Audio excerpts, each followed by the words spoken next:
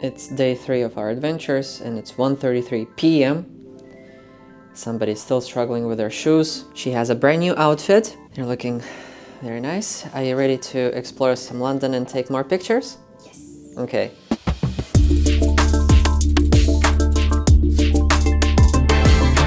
Why do they drive on the left in the UK? I mean, honestly, it does kind of make sense.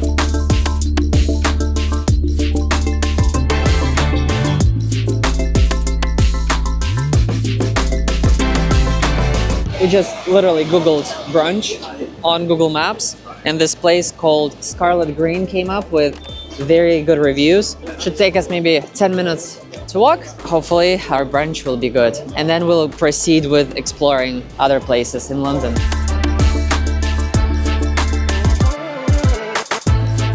Thank you so much. Thank you.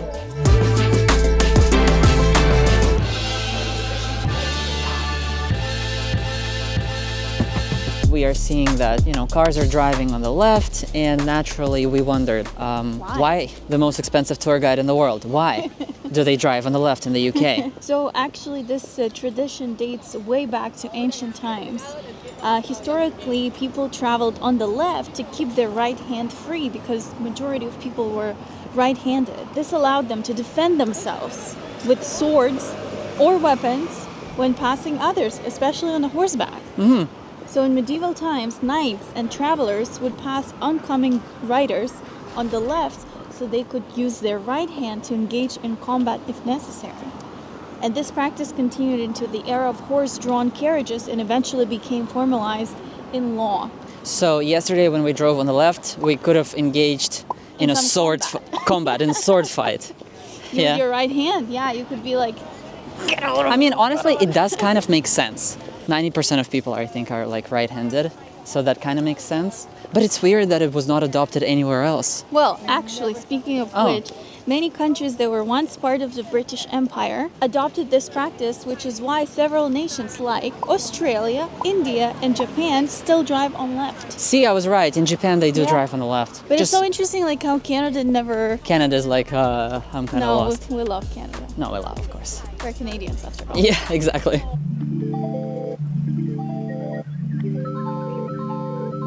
And these are the Canada Gates, which are? Canada Gate is a significant monument located obviously here between the Green Park and the Buckingham Palace. This gate was a gift from Canada to the United Kingdom, commemorating the ties between the two nations and their shared history within the British Empire and Commonwealth. It was constructed in 1905 as part of the memorial to Queen Victoria and is made of wrought iron with gilded details reflecting the opulence of the period. It was designed by Sir Aston Webb, who also designed the Victoria Memorial, and I think this is the Victoria Memorial we're looking at. So that's the guy who designed these. The design looks similar, right? Similar, with golden accents. Yeah. So Canada Gate honors Canada's role within the British Empire and acknowledges the strong relationship between the UK and Canada. It is part of a broader effort to celebrate the countries of the Empire alongside other monuments like, there's apparently also an Australia Gate and South Africa Gate. We just passed South Africa Gate. Oh, there you go. That's all part of the, to celebrate, the empire, the relationship between. Thank you, Miss Tour Guide. How much is the tour? You can't afford it. Oh, I can't afford it. That was a free trial. Free trial. Okay, I'm gonna subscribe now. Probably it's £500 per month. Pretty much, yeah.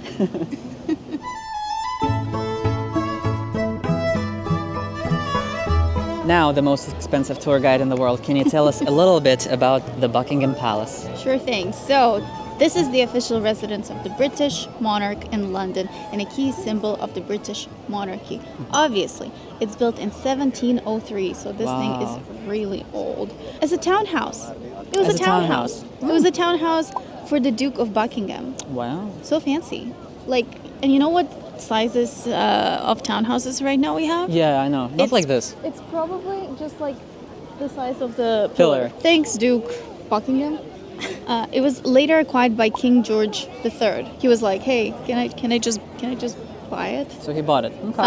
In 1761, under 60 years, and he sold it. Okay. For Queen Charlotte. Oh, he bought it for Queen Charlotte. It was like, hey, hey, hey. It's a gift. And then they called it the Queen's House. Okay. Became the monarch's official residence in 1837 with Queen Victoria's accession. So, Queen Victoria used to sit there. There are 775 rooms. That's a lot of bedrooms and bathrooms to clean. So obviously, the palace hosts state events, royal ceremonies, and official receptions. Famous features include the changing of the guard, which we've seen the guards there, the Queen's Gallery, and the balcony. Cool. Thank you. You're welcome.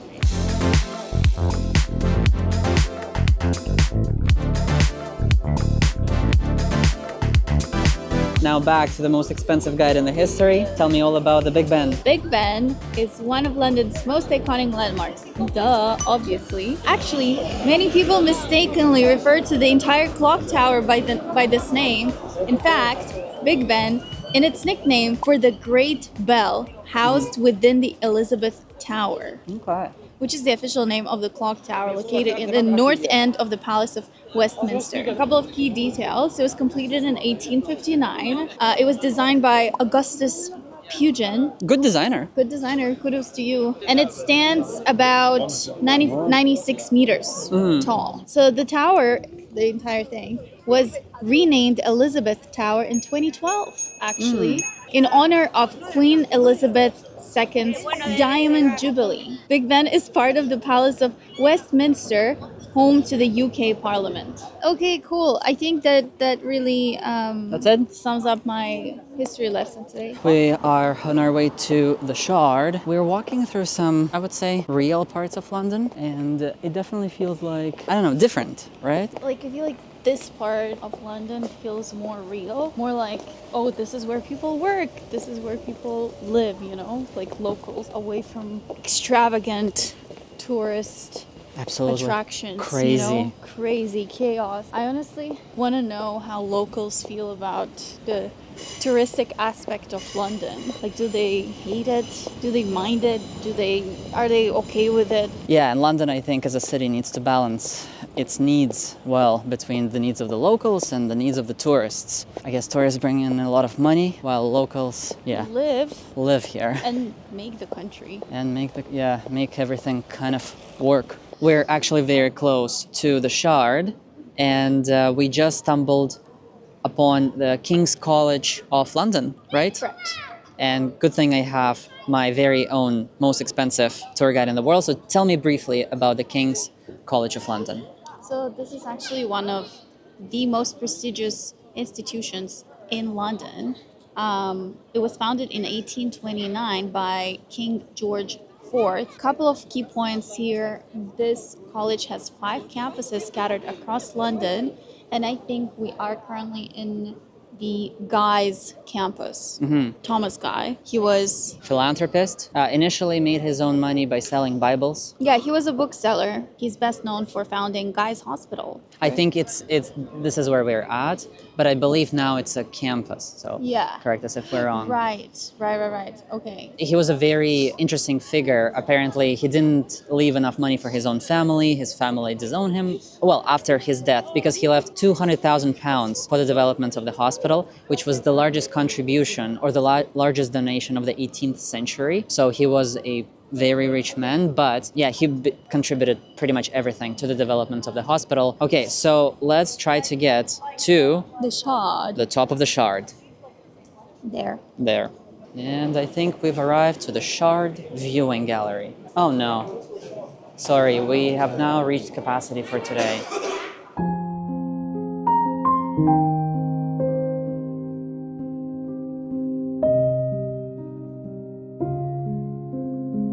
We're making a quick pit stop at Roasting Plant Coffee. Grabbed a couple of cappuccinos.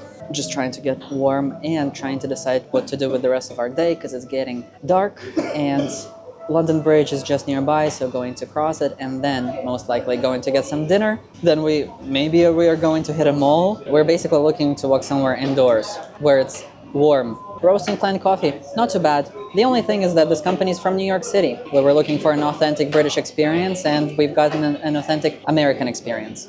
We are at Hayes Galleria. On Google Maps, it says that it's open until 11 p.m. and everything is closed. The gates are open probably until 11 p.m., but all of the stores like Boots, it closes at 6:30 p.m. Right now it's already 7. Everything is closed. Should we go see Tower of London? Yeah, we can, but I think you're cold, no? That's fine. Let's just walk there. We're ready for some quick facts about the Tower Bridge. It opened in 1894. Can you believe it still stands? Quite very old. strong, Yeah. very beautiful. Probably they did some touch-ups to it. I don't know. The design of this bridge is called bascule. Huh? It's bascule design. Bascule. And suspension bridge, obviously. It was designed by Sir Horace Jones, Okay. but it was engineered by Sir John Wolfe Barry. The two towers are connected by walkways at the top, and the bascules can be raised to allow large ships to pass through. So I think the bascules is actually the thing that that opens up so Cool. that the ships can pass through, okay? good to know. So this is a Victorian engineering. Anything that was built in the Victorian age still like stands strong. That's just fascinating. Built for many years to come. Seriously, and I think it will stand here for like forever. The fun fact is that the mechanisms initially were powered by steam engines. Wow. Today, though, it uses an electric and oil system. Makes sense. Obviously makes sense. So they actually do offer some tours for tourists to, learn about the history and blah blah blah, which I just told you about. So why do you need a tour? I don't know. We have the most expensive tour guide in the world. So, yeah, I think that really helps. That's it? That's it. Thank you so That's much. Moving on. Are you cold? Нет, no. Нет, no? Are you cold? No. No, I'm not cold. Caught the bus 15 to Charing Cross Station, Trafalgar Square. Just like locals, we know exactly where it's going. She's super cold. Yeah, probably gonna get warm in our hotel room and then figure out what to have for dinner. After a quick pit stop at the hotel, we are going to a pretty popular pizza place called Pizza Pilgrim. We're very hungry, we're starving. Let's see, Pizza Pilgrims.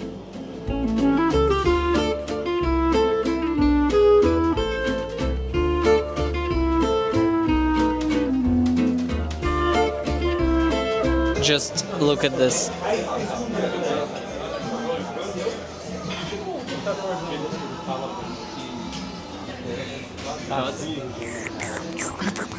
Paid 40-something pounds for our pizza, and we actually still had like 4 slices left. Took them with us, and it started pouring in London. And of course, we still didn't buy any umbrellas.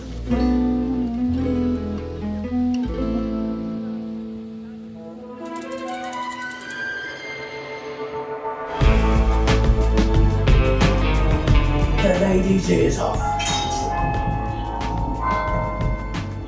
Can't keep my word.